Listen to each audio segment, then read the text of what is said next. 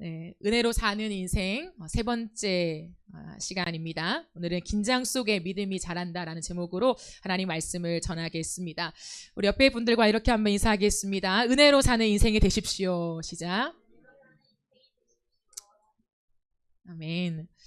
여러분 혹시 체인이 풀린 자전거 페달을 밟아본 적이 있으십니까? 또 옛날 사람이라고 놀리실 것입니까? 옛날에는 자전거를 타면서 이 페달이 이렇게 체인이 이렇게 나가는 경우가 있었어요. 그러면 체인이 풀린 자전거 페달을 밟으면 아무리 열심히 밟아도 속도가 나지 않습니다. 내가 자전거를 얼마나 잘 타는지, 운동 실력, 신경이 얼마나 탁월한지, 체력이 얼마나 좋은지는 중요하지 않아요. 체인이 풀린 자전거는 절대로 앞으로 나가지가 않습니다. 체인이 고쳐지지 않은 채 자전거만 붙잡고 열심히 페달을 밟으면요, 페달을 열심히 밟을수록 내 힘이 소진될 뿐이죠. 이처럼 우리는 살아가면서 난관이라는 것에 직면해요. 난관. 이 난관은 어떤 것이냐면 마치 체인이 풀린 자전거 페달을 밟는 것과 같습니다. 난관은 우리의 삶에서 만나고 싶지 않은 변수예요. 이 난관 앞에서 내가 아무리 앞으로 가려고 해도 잘 가지지가 않아요. 그런데 이 난관은 내 계획과 계산에 차질이 생기게 만들어요. 선선한 바람을 쐬면서 기분 좋게 일정한 속도로 내가 잘 달리고 있는데 갑자기 나를 멈춰서게 만드는 거예요. 기분이 별로 안 좋아요. 내 시간을 잡아먹고요, 여기서 언제까지 지체해야 될지 몰라요. 그리고 다음 스케줄까지도 꼬이게 만드는 이 변수는 누구도 달가워하지 않는 불청객입니다. 그래서 사람들은 난관을 힘겨워해요. 난관이 오면 어떻게 다루어야 할지 몰라서 당황해하며 조급해합니다. 마치 폭우가 확 쏟아지잖아요. 정말 폭우가 갑자기 막 쏟아지면 깨끗해 보였던 강물이 이내 흙탕물로 변해버리죠. 비슷하게 난관을 만나면 내 마음에 가라앉아 있던 두려움이 마치 성난 파도처럼 일어서게 돼요. 두려움이 일어서면요, 그때부터 내 마음에는 비상이 걸립니다. 비상벨이 막 울려요. 잠자는 사자의 코털을 건드린 것처럼 내 안에 있던 부정적인 장화가 일어납니다. 일어서서 굉장히 날선 모습이 보이게 돼요. 그리고 굉장히 예민해집니다. 더군다나 내가 통제하지 못하는 이 상황이 내 힘으로 통제되지 않는다라고 하는 것이 부딪혀 오면서 굉장히 우울해져요. 내가 어떻게든 해봐야지, 이겨내봐야지, 극복해봐야지라고 하는데 꼼짝을 안 해요. 상황은 여전히 동일합니다. 그럴 때요, 사람은 우울해져요. 왜냐하면 통제력이 굉장히 강하거든요. 사람은 기본적으로 내 삶을 통제하고 싶은 욕구가 있기 때문에 통제하지 못하는 상황에 딱 직면하고 계속 거듭되면 우울해져요. 그래서 우울감에 빠집니다. 근데 여러분 생각해 보세요. 하나님은 이렇게 우리가 난관에 부딪히면 우리 안에 두려움이 성난 파도처럼 일어날 것을 아실까요? 모르실까요? 아시겠죠. 하나님 모든 것을 다 아시니까요. 이 신경질적인 불안한 정서로 우리가 힘들어한다는 것을 다 알고 계세요. 그런데 하나님은 난관을 금방 제거하지 않으십니다. 상황을 빠르게 해결하지 않으세요? 왜 그럴까요? 하나님이 능력이 없어서요? 내 삶을 돌보지 않고 있기 때문에 더 바쁜 일이 있으셔서 그런 거 아니잖아요? 그런데 왜 하나님은 난관을 금방 제거해 주시지 않을까요? 그 이유는 하나님은 난관을 제거하는 것에 초점을 두지 않으시기 때문이에요. 그러면 하나님은 무엇에 초점을 두실까? 우리의 인생 속에 난관을 빨리 제거해주고 처리해주는 것에 초점이 있는 것이 아니라 우리의 믿음이 자라는 것에 초점을 두고 계십니다. 왜 그럴까요? 왜냐하면 우리의 믿음이 이렇게 쫙 자라잖아요. 하나님 앞에서 우리의 믿음이 자라면 어떤 모습이 되냐면 항상, always, 항상 가장 먼저 하나님을 찾는 사람이 돼요. 믿음이 자라는 것과 함께 생겨나는 우리의 모습입니다. 좋을 때나 힘들 때나, 평안할 때나 내 마음이 불안할 때나, 교회 안에 있을 때나 직장에 있을 때나, 깨어 있을 때나 심지어 잠을 잘 때나 내 영혼이 하나님을 찾게 돼요. 누군가가 찾아야지, 하나님을 기억해야지 라고 말해서 그런 것이 아니라 자연스럽게 믿음이 자라면요, 믿음이 자라면 자랄수록 내가 하나님을 간절히 찾게 돼요. 이처럼 하나님을 찾는 법을 배우잖아요. 어디서나 어떤 상황에서나 하나님을 찾는 법을 배우는 사람은 어떤 문제가 와도 끄떡이 없어요. 큰 문제가 없습니다. 난관이 와도 사실은 큰 문제가 없다는 거예요. 그래서 하나님은 난관을 제거하는 것에 초점을 두지 아니하시고 우리의 믿음이 자라는 것에 초점을 두시는 것이죠. 그렇다면 하나님을 찾는 법을 어떻게 배울 수 있을까요? 어떻게? 오늘 우리는 야곱의 인생을 통하여서 함께 살펴보기를 원합니다.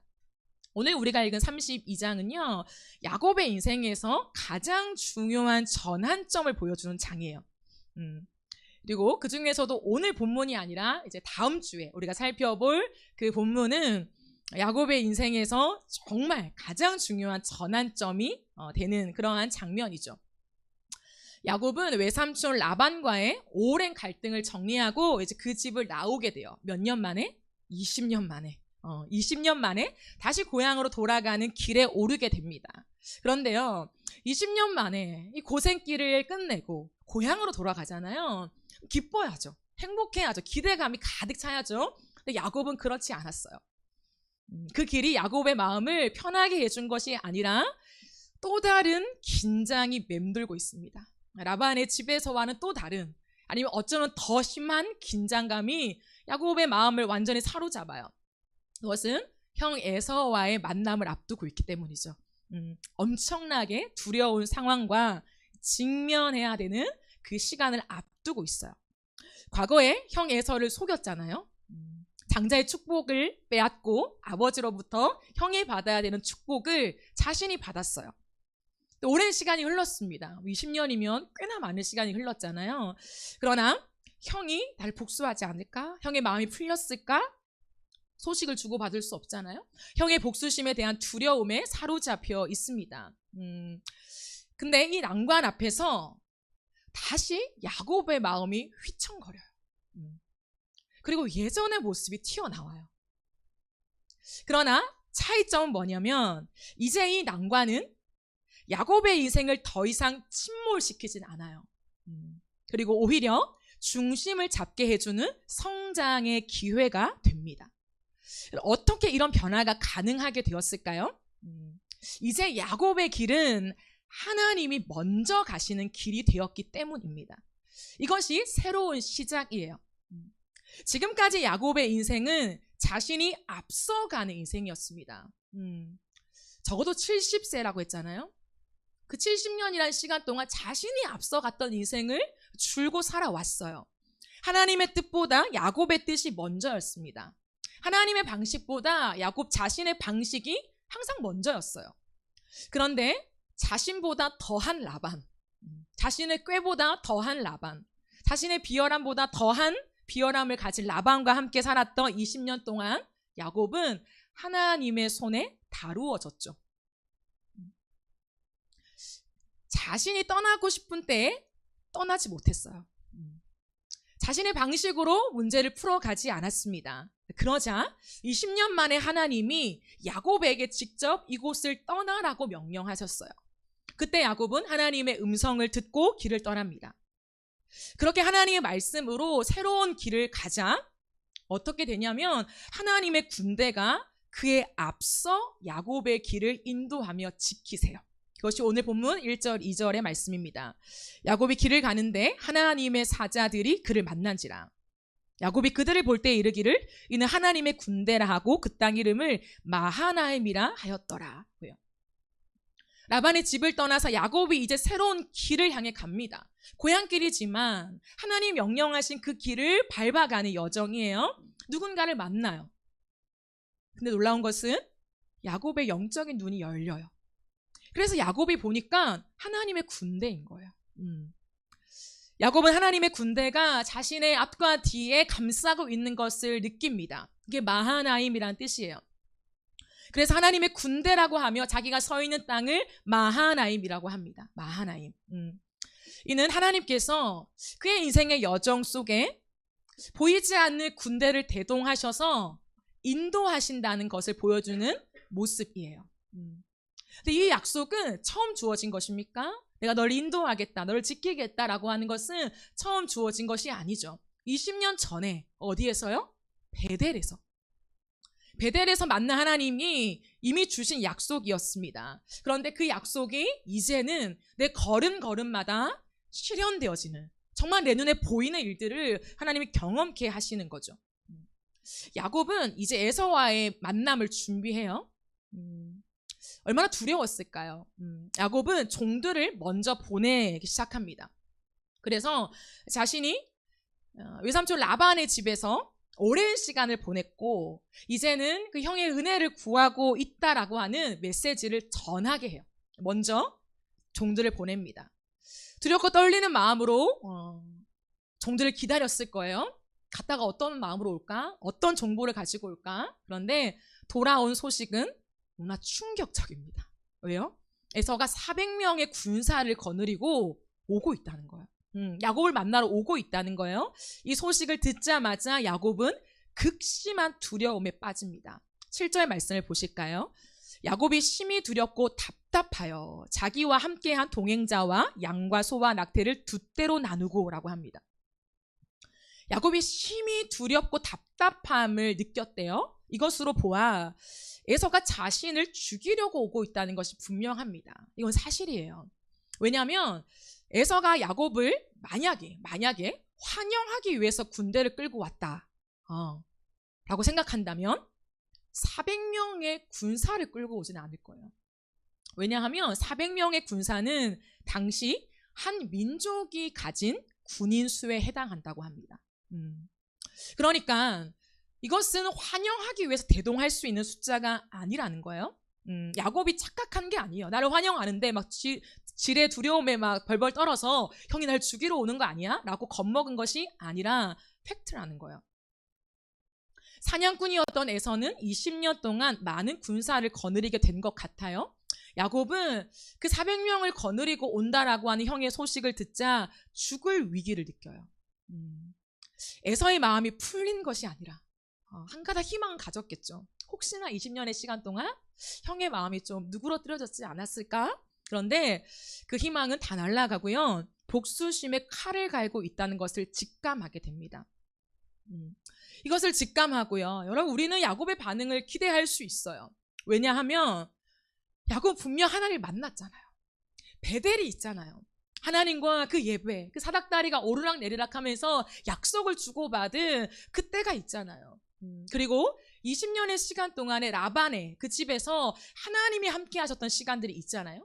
하나님이 야곱을 다루셨던 그 경험들, 하나님의 또 음성을 듣고 길을 떠났고 하나님의 군대까지 지금 호위해서 내 길을 인도하고 있다. 내가 안전하게 너를 인도하겠다라고 하는 이 모든 것이 세팅되어 있는 지금이에요. 근데 야곱이 어떤 반응을 보인다고요? 야곱은요, 위기 상황에서 반사적으로 자신의 계획과 인간적인 전략을 먼저 세웁니다. 그는 가족과 재산을 두 진영으로 나눠요. 급하게 나눕니다. 그 이유를 설명하죠. 왜요? 만약에 에서가 한쪽을 공격하면 다른 한쪽을 살리려고 급하게 전략을 세우는 거죠. 어떻게 이럴 수 있을까요? 성경은 야곱의 심정을 가장 먼저 언급했죠. 심히 두렵고 답답하여. 위기 앞에서 야곱은 곧바로 두려워했어요. 마음이 답답했습니다. 에서를 만날 생각을 하니까, 이 길을 걸어갈 생각을 하니까 답답한 거예요.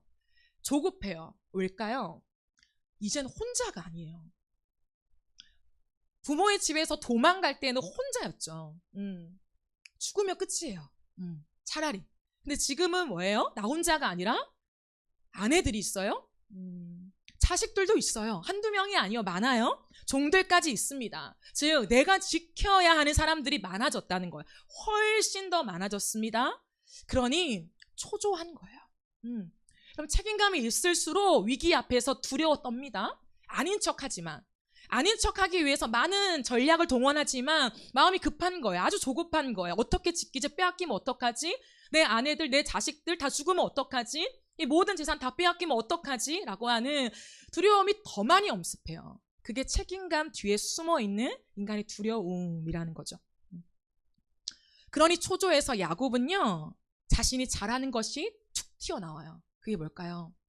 잔머리. 야곱이 평생을 살아왔던 것, 머리를 굴리고 어떻게 상황 파악 딱 하고 어떻게 하면 내가 살아남을 수 있는지, 어떻게 하면 내가 득을 갖고 올 수 있는지를 너무 빠르게 계산이 되는 사람이에요. 회의할 필요가 없어요. 자연스러워요. 그냥 딱 보면 어떻게 해야 될지가 딱 그려지는 그런 사람 있잖아요. 그게 야곱이었어요. 계산에 능한 사람. 나를 지키는 데 능한 사람. 내 축복을 가져오는 것에 어떻게 해야 가져올지를 너무 잘 아는 사람. 아마 야곱은요, 요셉을 깨고, 아마 야곱은 에서를 깨고 있었을걸요? 에서 형의 성향, 형이 뭘 좋아하는지, 뭐가 약점인지, 뭐가 강점인지, 어디를 찌르면 그 약점을 타고 내가 원하는 걸 얻어낼 수 있을지 다 아는 사람이었어요. 사람을 살피는 것에 능한 사람이었다라고 하는 거죠. 그렇게 보면 정말 사람은 변하지 않을까요? 사람은 정말 바뀌지 않나요? 이렇게 하나님의 은혜를 많이 주시고 하나님을 경험해도 위기의 순간이 되면 여지없이 무너지는 것이 사람일까요? 그렇지 않아요.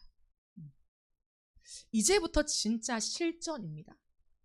야곱은 달라진 것이 분명해요. 비록 위기 앞에 빠르게 잔머리가 발동되었지만 야곱은 곧바로 믿음의 중심을 잡아가기 시작합니다. 그럼 무엇이 믿음의 중심을 잡게 해주는 축이 될까요? 하나님을 찾아가는 간절한 기도입니다. 뭐라고요? 하나님을 찾아가는 간절한 기도요. 야곱은 하나님께 기도해요. 곧바로 자신의 계산이 돌아가긴 했지만 결국 자신이 할 수 없다는 것을 깨닫고 하나님께 기도해요. 이게 가능하냐고요? 가능해요. 경험해 보셨잖아요. 가능합니다. 나의 본능이 앞선 순간 그래 이것이 아니지 라고 하는 이 두 가지가 공존될 때가 있습니다. 문제는 여전히 내 것이 앞섰다는 것이 문제죠. 9절부터 12절 말씀을 보겠습니다. 야곱은 곧바로 기도해요. 야곱이 이르되 내 조부 아브라함의 하나님 내 아버지 이삭의 하나님 여호와여 주께서 전에 내게 명하시기를 내 고향 내 족속에게로 돌아가라 내가 너에게 은혜를 베풀리라. 은혜라는 말을 쓰죠. 나는 주께서 주의 종에게 베푸신 모든 은총과 모든 진실하심을 조금 더 감당할 수 없사오니 내가 내 지팡이만 가지고 이 요단을 건넜더니 지금은 2때나 이루었나이다. 내가 주께 간구하오니 내 형의 손에서 에서의 손에서 나를 건져내시옵소서. 내가 그를 두려워함은 그가 와서 나와 내 처자들을 칠까 겁이 나기 때문입니다. 겁이 나서 그렇다죠. 그리고 12절 주께서 말씀하시기를 예전에 말씀하셨다 이거죠. 내가 반드시 너에게 은혜를 베풀어 내 씨로 바다에 셀 수 없는 모래와 같이 많게 하리라 하셨나이다. 하나님 그렇게 하셨잖아요. 그 말씀 하셨잖아요. 이렇게 말하고 있는 거예요. 여러분 지금 하는 야곱의 기도는 진실한 기도예요. 형식적인 기도가 아니었어요. 이 야곱의 기도는 하나님을 찾아가는 기도입니다. 하나님을 찾아가는 기도. 위기 앞에서 야곱의 마음에는요. 비상이 걸렸어요. 지금. 비상벨이 막 울리고 있어요. 큰일 났다 지금. 이 위기를 어떻게 극복할래? 어떻게 너는 처리할래? 비상벨이 막 울리고 있어요. 두려움이 그를 덮쳐옵니다. 그래서 순간 정신을 놔요. 우리도 그럴 때가 있잖아요. 순간 아무 생각도 안 나고 이 위기밖에, 이 문제밖에 안 보일 때가 있어요. 어떻게 처리하지? 어떻게 극복하지? 그런데 이내 야곱은 자신이 무엇을 해야 하는지를 파악하게 됩니다. 그것은 뭐냐면 하나님을 찾아가는 거예요. 이 혼란한 이 상황 속에 하나님이 보이지 않게 갑자기 모든 것이 내 시야를 다 막고 두려움밖에 없는 어떻게 에서와 내가 대면할 수 있지? 라고 하는 이 상황 속에 내 시선을 빼앗긴 것에서 다시 하나님을 찾아가기 시작해요. 그래서 야곱은 하나님을 찾습니다. 하나님을 바라봐요. 그것이 야곱의 기도였어요. 야곱은 지금까지 자신을 인도하신 하나님의 손길을 재확인합니다. 뭐라고 합니까? 내가 부모의 집을 떠나 도망갔을 때 그때는 지팡이 하나만 의지하여 떠나왔습니다. 내 몸 가눌 지팡이만 의지하여 떠나왔는데 20년 동안 돌아보니 하나님이 나를 풍성하게 하셨습니다. 나를 돌보셨습니다. 나를 지키셨습니다. 그래서 지금은 2때나 이루었습니다. 이렇게 많은 내 재산과 이렇게 많은 내 가족들과 함께 지금 여기에 서 있습니다. 라는 고백을 해요. 이 위기 속에, 이 두려움 속에. 그리고 자신의 인생이 하나님의 은혜로 이끌려 왔음을 고백해요. 은혜. 하나님의 은총을 내가 감당할 수가 없습니다. 모든 것이 하나님의 은혜입니다. 라는 고백을 합니다. 따라서 야곱의 기도는 야곱의 연약함과 동시에 하나님을 향한 은혜의 고백이 다 들어가 있어요. 그는 자신의 두려움을 인정합니다. 하나님, 내가 겁이 나서 그래요. 하나님, 내가 무서워서 그래요. 추정컨대 90에 나요. 90? 근데 두렵대요. 근데 하나님께서 주셨던 언약의 약속에 의지하여 하나님을 어떻게 하냐면 힘있게 붙잡아요. 하나님, 내가 하나님을 찾습니다. 하나님을 의지합니다 라고 말하는 거죠. 여러분, 우리도 인생의 위기 속에서 내 방법이 먼저 발동될 때가 있어요. 곧바로 시동이 확 걸려서 예전에 내가 잘하던 거, 계산이 빠르고 능한 사람, 이 위기를 어떻게 하면 극복할 수 있을지, 어떻게 하면 손해를 덜 보고 내 이익을 취할 수 있을지 너무 잘 아는 사람, 세상의 방법에 능할 때가 있습니다. 우리는 참 약해요. 내가 믿음이 이만큼 성장했어, 내가 하나님을 이만큼 사랑해, 이제는 달라졌어 라고 내 나름 확신하지만 우리는 참 연약할걸요. 연약해요. 그런데 그런 우리를 다시 하나님께로 시선을 돌리게 하는 것이 무엇입니까? 이 상황 속에 완전히 다시금 하나님께, 보이지 않지만 살아계신, 여기에 계시지 않는 것 같지만 아니 반드시 여기에 계신, 내 앞에 아무도 없는 것 같지만 내 앞에 대동되어져 있는 하나님의 군대를 바라보는 것에 내 시선을 완전히 돌리게 하는 것이 무엇입니까? 기도요. 기도요. 기도는 하나님을 찾아가는 시간이에요. 세상 속에, 위기 속에, 난관 속에 헤매이는 내가 다시금 정확하게 내가 어디에 서야 하는지를 깨달아서 하나님을 찾아가는 시간이 기도입니다. 그러므로 여러분, 어떤 순간에도 절대 기도를 멈추면 안 돼요. 우리는 연약하죠. 연약합니다. 아직 장성한 믿음의 분량에 이르지 못할 수 있어요. 지금은 과도기를 말해주고 있는 거예요. 물론 평생이 우리가 믿음이 자라가야 하지만 극복해야 되는 지점들이 있어요. 근데 그때요, 우리의 연약함이 먼저 튀어나올 때가 여전히 있을 수 있습니다. 그런데요, 그때 기도가 없으면 무너져요. 기도가 없는 사람, 일상에서 내 기도의 시간이 전혀 없었던 사람, 내 기도의 골방이 없어요. 하나님과 독대하는 시간이 없어요. 가끔 있을 수 있겠죠, 예배 가운데. 근데 예배 때 매번 주님을 만나는 것이 아닐 수 있어요. 그렇죠? 매번 깊은 하나님과 교감이 있는 이어지는 기도를 못하고 예배가 지나갈 때도 있어요. 안타깝지만.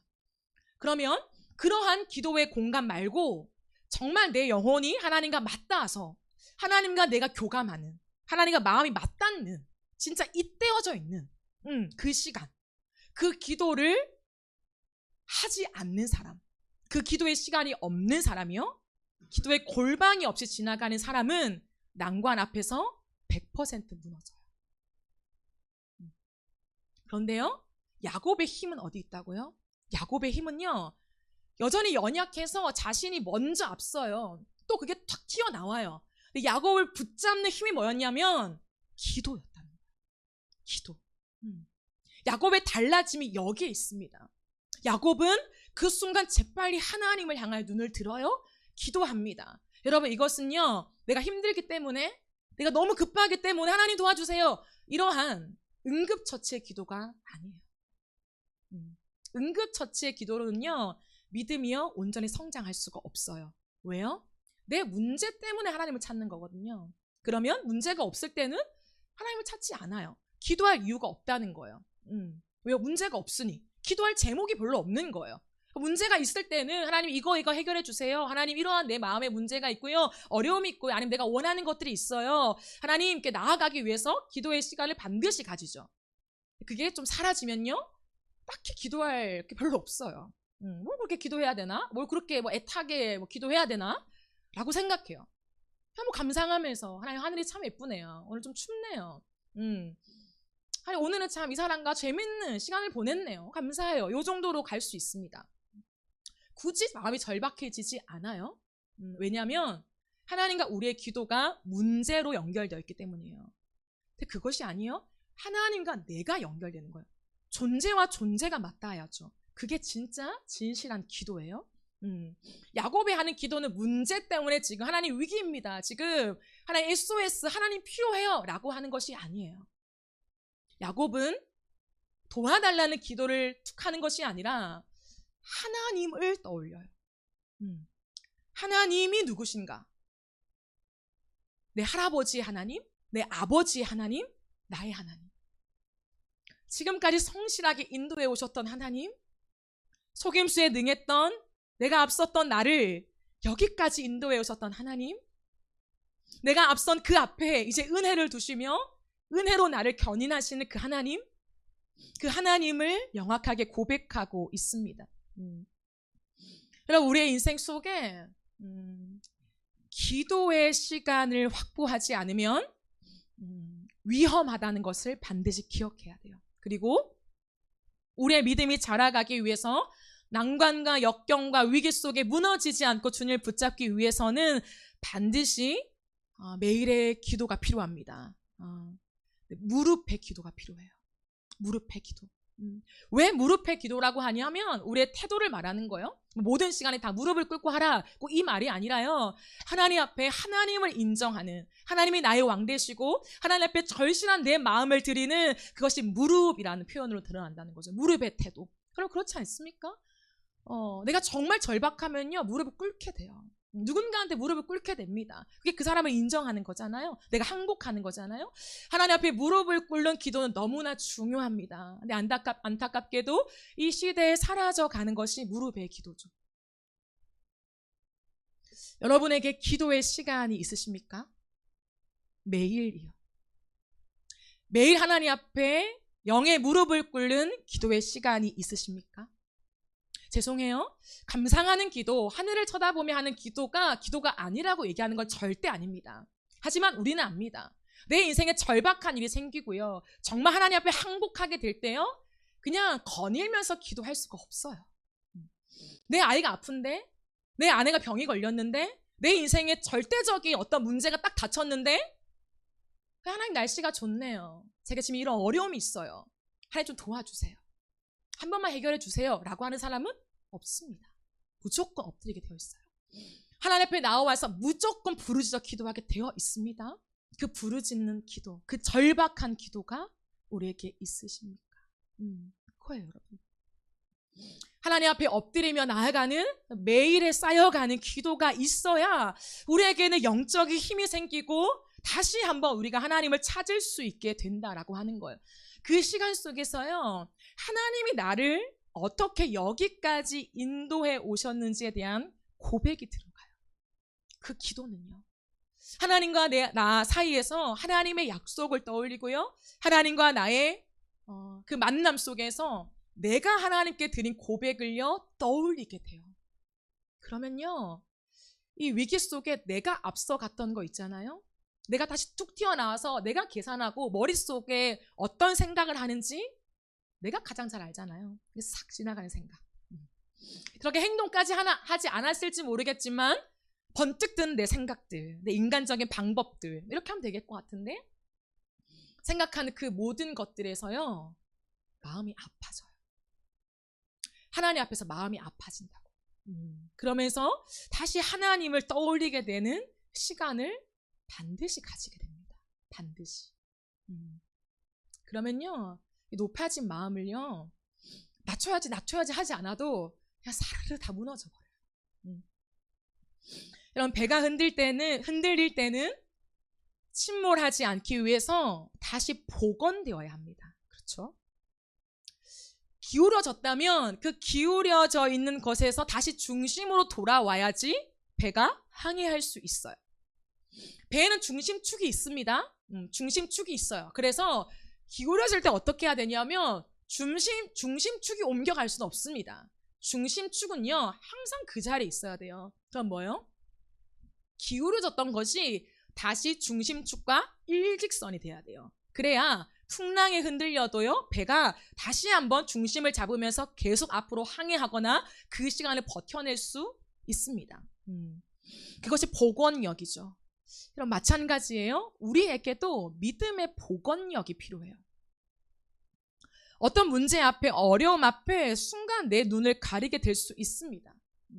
또다시 예전에 내 습관이 튀어나오고요. 내 계산이 먼저 되고요. 내가 앞서갈 때가 있어요. 그래서 휘청거립니다. 휘청. 그러나 빨리 하나님을 찾아가야 해요. 이것이 믿음의 복원력입니다. 우리의 인생에서 이런 긴장 구간을 지날 수 있음을 여러분 깨달으시면 좋겠어요. 내 인생에 믿음의 더 깊은 그 바다로 가기 위해서 긴장 구간이 있을 수 있다. 긴장 구간.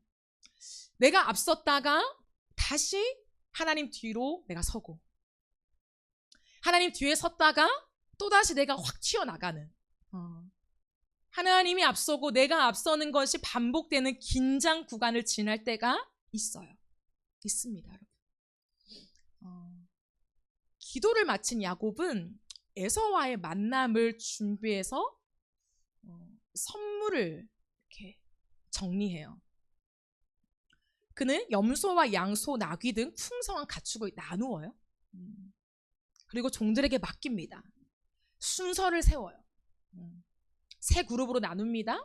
그리고 에서에게 보낼 때에 반드시 이 말을 해야 돼. 반드시 이 말을 해야 에서의 마음이 누그러뜨릴 테니까 이것이 내 주. 야곱은 에서에게 지금 주라고 표현하며 납작 엎드리고 있다는 것을 반드시 얘기해야 돼. 신신당부합니다. 그룹별로 직접 당부해요. 그러면서 20절 오늘 본문 마지막 절에 이런 말씀이 있습니다. 또 너희는 말하기를 주의 종 야곱이 우리 뒤에 있다 하라 하니 이는 야곱이 말하기를 내가 내 앞에 보내는 예물로 형의 감정을 푼 후에 대면하면 형이 혹시 나를 받아주리라 함이었더라. 야곱은 선물과 전략으로 형의 분노를 누그러뜨리려고 했습니다. 자신은 어디에 서 있어요? 셋대 중에 그 맨 뒤에 서요. 왜 뒤에 설까요? 뒤에서 쳐들어오는 사람 때문에 보호해 주려고? 아니죠. 숨기려고. 먼저 형 에서의 마음이 누그러뜨리게. 한때로 아니면 또 다음 때 형 선물이 있습니다. 또 다음 때 또 선물을 갖고 왔습니다. 이 풍성한 선물을 보면 에서가 마음이 흔들릴 거야. 왜요? 에서를 너무 잘 알거든요. 그냥 하는 게 아니에요. 기가 막히게 알거든요. 그래서요, 야곱은요, 3번 나눠서 맨 뒤에 오면 그때서야 형의 마음이 누그러뜨릴 거야. 그럼 내가 가면 되겠지라고 생각했다고 20절에 나와 있어요. 감정이 풀릴 거라고 생각하죠. 야곱이 너무합니까? 우리의 모습이지 않습니까? 믿음에 섰다고 생각했고 하나님의 은혜를 고백했고 맞습니다. 하나님이 여기까지 인도하셨습니다. 내 모든 인생이 하나님 손안에 있습니다. 하나님의 주권입니다. 하나님이 나를 보호하고 계십니다. 철석까지 믿지만 또다시 흔들리고 또다시 내 전략이 나왔다가 뒤로 갔다가 또 내 전략이 나왔다가 두려워 떨었다가 이것이 저의 모습이에요. 우리의 모습입니다. 그런데 이것은요 평생이 아니에요. 긴장 구간이 있다는 거예요. 그리고 다음 주는 야곱이 완전히 전환되어지는 지점이 있습니다. 근데요 어떻게 전환되냐면 그냥 그 순간이 갑자기 온 것이 아니에요. 다음 주에 우리가 살펴보겠지만 야곱은 기도의 깊은 곳으로 나아갑니다. 기도가 아니고서는 한 발짝도 움직이지 않는 하나님과의 씨름 안으로 들어가요. 그것은 갑자기 생긴 게 아니라는 거예요. 두려움이 몰아닥치니까 이제 안 되겠다, 기도해야겠다라고 해서 갑자기 주어진 게 아니라 기도가 쌓여왔던 거예요. 긴장 구간을 지나가면서 앞서거니 뒤서거니 믿음이 무너졌다 다시 올라왔다 롤러코스터를 타는 것 같이 이렇게 와와 가고 와와와와 가는 믿음의 구간들을 지나가면서 그럼에도 불구하고 하나님 앞에 멈추어 서서 하나님을 찾는 기도의 시간, 기도의 믿음, 이것이 야곱에게 있었어요. 연약했지만. 연약해도 기도의 시간이 쌓여 있는 사람은 강해집니다. 어느 순간 강해져요. 하나님이 그 타이밍을 주십니다. 그 전환점을 반드시 가져오세요. 근데 우리는 언제가 될지 몰라요. 그러니 연약하다고 계속 내가 앞선다고 무너지지 말고요. 기도를 쌓아가세요. 기도하십시오. 엎드리십시오. 감상의 기도를 넘어서 무릎을 꿇고 기도하십시오. 소리를 내어서 기도하십시오. 하나님의 이름을 부르십시오. 하나님이 나를 어떻게 인도하셨는가를 하나하나 낱낱이 읊어보십시오. 찬송가 구절에 그런 가사가 있어요. 받은 복을 세어보아라. 받은 복을 한번 세어보아라. 가만히 앉아서 지금까지 30년을 살아오면서 하나님이 내게 베푸신 그 받은 복, 그 주신 하나님의 은혜가 어떠한지를 세어보아라. 오늘 집에 못 가실걸요?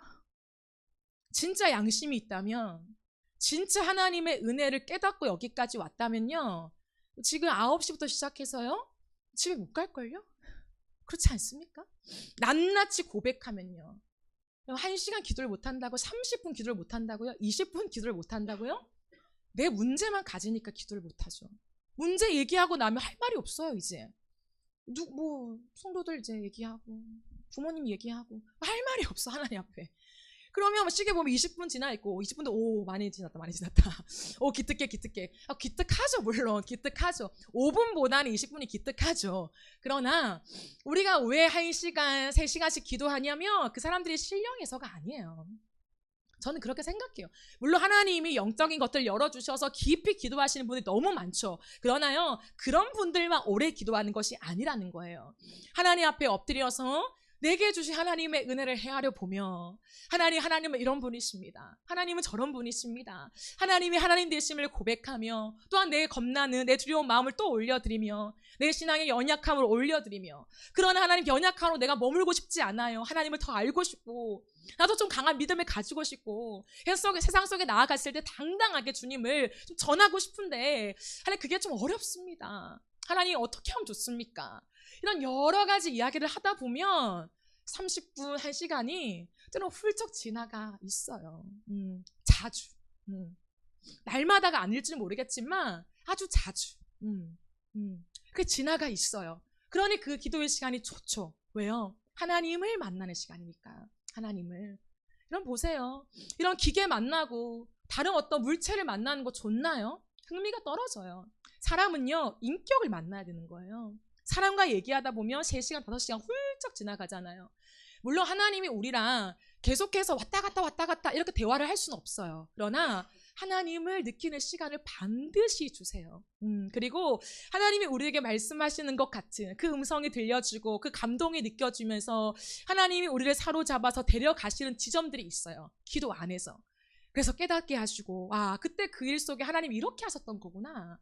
그것들을 돌아보게 만들고 이렇게 하나님과 대면하는 시간, 사람과는 조금 차이가 있지만 비슷하게 인격적으로 대면하는 것 같은 그 기도의 시간 안으로 우리를 넣어두세요. 그러면 그 기도의 시간을 기다리게 돼요. 오늘 또 하나님 어떻게 날 만나주실까? 어떤 감동을 주실까? 뭘 깨닫게 하실까? 그러면요, 하나님이 나에게 잘못을 지적하시고 때로는 죄를 지적하시고 책망하시는 것이요, 두렵지 않아요. 또 기도하면 하나님 내 죄를 지적하시는 거 아니야? 또 이거 잘못했다고 막 집어내시는 거 아니야?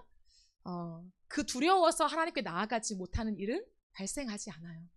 그게 오히려 감사해요. 내가 못 보는 것을 하나님 딱 보게 해주시고 내가 깨닫지 못하고 좀 숨겨놓고 지나가고 싶은 거 하나님이 싹 들춰서 봐라, 너의 마음 여기 있지? 너의 감춰뒀던 그 마음들, 부정적인 마음들, 그 믿음 없음 여기 있지? 라고 하나님이요, 들춰주심이 은혜라는 것을 깨닫게 돼요. 그리고 나 스스로는 감춰져 있는 것을 들춰낼 수 없다라는 것을 알기 때문에요, 더 하나님께 가지고 나아가요. 하나님, 내 마음을 들춰내주세요. 하나님, 내 안에 나도 꽁꽁 숨겨놨던 내가 마주하고 싶지 않은 나의 연약함, 나의 약함, 나의 추함, 믿음 없음, 세상적인 것, 세상과 비슷한 것 하나님 다 드러내주세요. 다 드러내주세요. 제 믿음만 칭찬하지 마시고 제 약점을 다 들추어주세요. 그리고 그 모든 것이 하나님 손에서 더 다루어지길 원해요. 그리고 구석구석, 내 생각 구석구석, 내 마음 구석구석, 내 삶 구석구석 하나님 기뻐하지 않는 것들이 다 옮겨지고 다 떠나가고 하나님이 기뻐하시는 것으로 가득 찰 수 있게 하나님 나를 다루어 주세요. 이런 기도가 돼요. 그러면요 기뻐요. 조금 아플 수 있지만 그 회개의 기도와 진짜 하나님 앞에서 씨름하는 그 눈물의 기도, 통곡의 기도, 막 아파서 내 심장을 막 도려내고 싶은 그럴 때가 있거든요. 내가 이런 모습이야. 하나님 앞에 이런 죄를 지었구나. 이런 잘못을 했구나. 라고 내 막 마음이요. 막 답답해 죽을 지경이 그런 마음을 느낄 때가 있어요. 그런데요. 그 시간들 하나님 앞에 고스란히 가지고 나가면요. 이내 내 마음이요. 깨끗해져 있어요. 너무 신기해요. 나같이 더러운 사람이 하나님의 마음을 느끼지 못하는 그 성품이 담겨질 수 없는 나같이 추악한 이 마음에 어느 순간 보니까 하나님의 성품이 닮아 있는 거예요. 하나님이 원하시는 것이 내 마음이네 이게 확인이 되는 거예요. 그러면 그때부터 설교가 재밌어요. 그게 믿음이었네. 나의 이야기인데 지금 저게. 옛날에는 뭐 죄에 대한 얘기만 나의 이야기인데 막 찔렸는데 이제는 그 믿음의 얘기 내 얘기인데. 그 기쁨의 얘기, 내 얘기인데? 내가 지금 그거 경험하고 있는데? 그거야? 라고 하면서요, 설교가 재미있고, 궁금해지고, 기쁨으로 충만해지게 돼요. 그 은혜를 하나님이 주시고자 하는 거죠. 그렇기 때문에 이 긴장 구간을 잘 지나가야 합니다. 비록 이 야곱의 장면은 우리의 불안과 두려움이 믿음과 인간적인 노력 사이에서 긴장을 이루는 것을 보여주지만, 괜찮아요. 우리도 그럴 수 있고 그러나 진정한 변화는 어디서 오냐면 우리의 전략이 아니라 하나님의 역사하심으로부터 온다는 것을 믿는 믿음이 필요합니다. 그럴 때 기도하고 돌아서서 내 마음대로 하지 않아요. 이게 달라지는 거예요. 여전히 연약할 수 있지만 어떻게 되냐면 내가 한 기도를 기억하게 됩니다. 많은 경우에 우리가 기도를 해요. 하나님 앞에 막 기도하고 기도의 시간을 딱 지나가고 나면요 기도한 게 생각이 안 나요. 내가 뭘 기도했는지, 내가 목요 예배 때 뭘 기도했는지, 내가 새벽 예배 때 뭘 기도했는지 생각이 안 난 채 그냥 일상을 막 살아갈 때가 있어요. 그러면요 기도한 것과 내 삶이요 맞지가 않죠. 근데 달라지는 것들은 뭐냐면 기도하고 돌아서도 내가 기도한 것을 기억하게 돼요. 왜냐면 점점 더 진실해지거든요. 점점 더 절박해지거든요. 하나님 앞에서 점점 더 내 말과 내 마음의 묵상이 연락되기를 원하거든요. 그것이 깊어지면요. 내가 무엇을 기도했는지가 기억이 나요. 그래서요. 삶으로 연결되어지게 돼요. 예배 끝나고 하나님이 차단될 수가 없어요. 예배 끝나고 기도가 끝나고 내가 기도한 모든 것이 삭제될 수가 없다는 거예요. 내가 기도한 것들이 내 일상에 이어지고 생각이 나고 떠올라지면서 그냥 내 삶에 하나님의 은혜가 두둥실 떠다니는 것을 내가 경험하게 되는 놀라운 일들이 일어나게 됩니다. 그러므로 여러분 이것을 잘 살펴보십시오. 내 기도 속에 내가 뭐라고 했는지 잊어버리는 기도가 아니라 기억나는 기도. 그리고 내 일상에 이어지는 기도. 그 기도로 나아갈 때요. 어떻게 된다고요? 여전히 연약하지만 우리의 믿음은 조금씩 자라고 있어요. 자라는 것입니다. 기도한 대로 믿어야 합니다. 계속 방향을 전환해야 돼요. 하나님께 시선을 돌려야 합니다. 내가 하는 것이 아니라 이거 한다고 되는 것이 아니라 하나님이 형의 마음을 만져주셔야 가능하다는 사실을 점점 더 알게 돼요. 고백하게 돼요. 그래서 하나님 내가 하는 게 다가 아니라 하나님이 만져주셔야 됩니다라는 그 기도가 계속 연결되어집니다. 바라기는 우리의 인생 속엔 아마도 많은 사람들이 이 긴장의 구간을 지나가고 있지 않을까 생각합니다. 엎치락 뒤치락 내가 앞섰다가 하나님이 앞섰다가 이런 긴장의 구간은 있을 수 있습니다. 당연한 거예요. 당연하게 지나갈 수 있습니다. 너무 자책하지도 말고 또 너무 익숙해지지도 말고 오늘 말씀을 기억하십시오. 기도해야 해요. 기도의 자리를 사수해야 돼요. 이때는 더 철저하게 내가 기도로 세팅이 되도록 하나님이 나를 다듬어 주시도록 그 기도의 자리를 하나님 나를 두시는 거거든요. 그럼 그 기도의 자리 앞에 매일 나아가십시오. 매일 기도로 나아가십시오. 믿음이 자라기를 원한다며 겸손하게 엎드리십시오. 그리고 하나님 앞에 내 두려움을 내어놓고 내 삶의 문제를 내어놓고 뿐만 아니라 하나님 되심을 고백하십시오. 하나님이 어떤 분이신지, 내 인생을 어떻게 인도하셨는지, 어떤 일을 하고 계신지, 그 하나님을 마구마구 칭찬하는 거 있잖아요. 하나님 정말 멋지십니다. 하나님 정말 대단하십니다. 내 인생에 어떻게 이런 일을 하십니까? 라고 하나님을 마음껏 칭찬해 드리는 그 기도. 그 기도가 있을 때 두려움 속에서도, 약함 속에서도, 긴장 속에서도 우리의 믿음은 반드시 자라날 줄 믿습니다. 그 믿음의 성장이 저와 여러분에게 있는 놀라운 축복이 임하기를 예수님의 이름으로 축복합니다. 아멘. 우리 함께 찬양하겠습니다.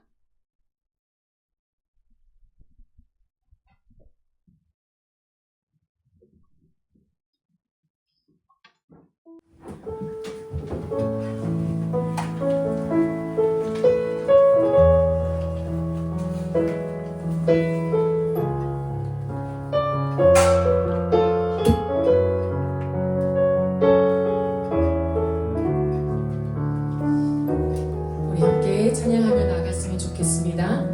이제 역전되리라. 우리 찬양하며 나갑시다. 기도를 멈추지 마라.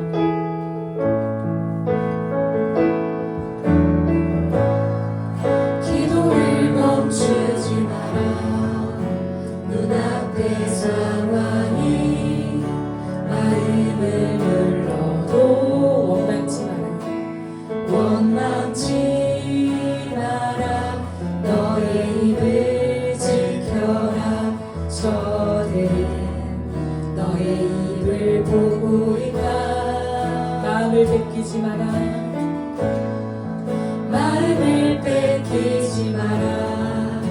내가 널 도우지 않는다는 소리에 너의 모든 게 불리해도 너는 기도를 계속하라. 너 기도를 멈추지 마라. 내가 너의 그 모든 상황을 바로 역전시키니 너 기도를 멈추지 마라. 내가 잠시도 쉬지 않고 모든 걸 지켜보고 있으니 바로 역전되리라.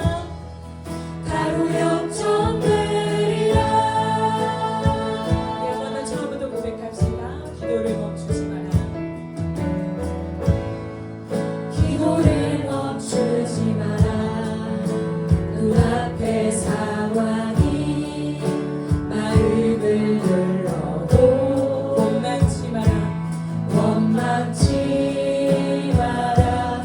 너의 입을 지켜라. 저는 너의 입을 보고 있다.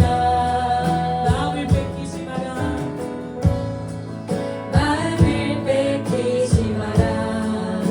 내가 널 도우지 않는다는 소리에 너의 모든 게 불리해. 너는 기도를 계속하라.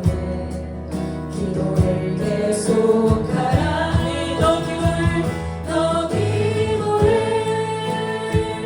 멈추지 마라. 내가 너의 그 모든 상황을 바로 역전시키니 너 기도를 멈추지 마라. 내가 잠시도 쉬지 않고 모든 걸 지켜보고 있으니 너 기도를 멈추지 마라.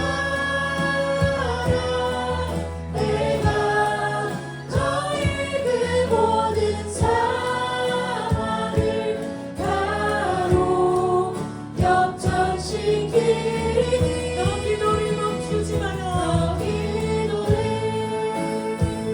멈추지 마라. 내가 잠시도 쉬지 않고 모든 걸 지켜보고 있으니 바로 역전되리라. 바로 역전되리라. 우리 한번 더 처음부터 고백합시다. 기도를 멈추지 마라. 기도를 멈추지 마라. 눈앞의 상황이 마음을 눌러도 원망치 마라. 원망치 마라. 너의 입을 지켜라. 저들은 너의 입을 보인다. 마음을 뺏기지 마라. 마음을 뺏기지 마라. 내가 널 도우지 않는다는 소리에 너의 모든 게 너의 모든 게 불리해도 모든 게 불리해. 너는 기도를 계속하라. 기도를 계속하라. 너 기도를 멈추지 마라. 내가 너의 그 모든 상황을 바로 역전시키니 너 기도를 멈추지 마라. 너 기도를 멈추지 마라. 내가 잠시도 쉬지 않고 모든 걸 지켜보고 있으니 너 기도를 멈추지 마라. 내가 너의 그 모든 상황을 바로 역전시키니 너 기도를 멈추지 마라. 멈추지 마라. 내가 잠시도 쉬지 않고 모든 걸 지켜보고 있으니 바로 역전되리라. 모든 것이 은혜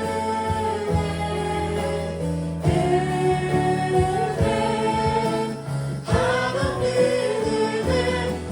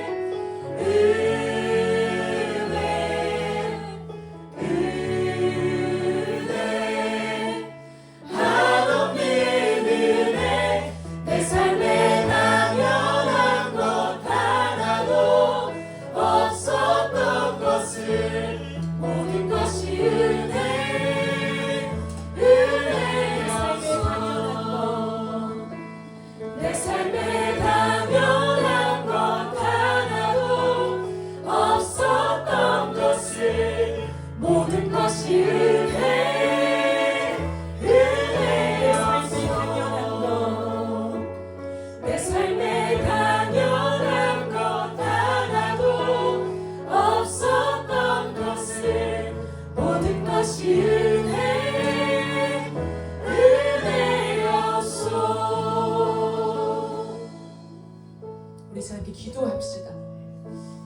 참 대부분 우리의 인생길 속에 이 긴장 구간을 잘 지나가지 못해서 아예 그냥 믿음에서 실족하는 경우가 많다고 생각해요. 계속 교만한 내 삶으로 가거나 내 모습을 꺾지 못한 채 계속 가는 그 부분들은요, 이 긴장 구간을 적절하게 지나지 못해서 그렇습니다. 우리의 인생 속에 하나님 앞에 인정할 것들을 인정하며 우리가 살아온 모습들을 회개했으면 좋겠어요. 하나님, 지금까지 내 삶이 너무나 내 방식이 익숙해서, 너무나 세상에 하나님 그런 방법들이 익숙해서 내 안에 내재되어 있는 것들, 내 생각의 회로에 이미 세팅되어 있는 것들이 너무나 많습니다. 내 믿음이 없는 게 아니에요. 하나님을 부정하는 것이 아닙니다. 그런데 진실하게 주님께 나아갔지만 내 삶 한복판에서 개인적으로 혼자 있을 때, 가정에 있을 때, 직장에 있을 때, 위기 속에, 어려움 속에 툭툭 믿음이 아니라 세상의 방법과 세상의 방식과 세상 사람들이 하는 말들이 너무 자연스럽게 튀어나오고 있는 것들을 우리 인정해 가야 합니다. 어쩔 수 없는 것이 아니에요. 세상을 사니까 어쩔 수 없는 것이 아니라요, 우리가 연약하다는 사실을 철저하게 인정해야 합니다. 하나님, 내 뼛속 깊이 그렇게 살다 왔습니다. 그리하여서 때로는 하나님의 은혜라고 고백하지만 내가 앞설 때가 많습니다. 내 방법이 쭉 뛰어나올 때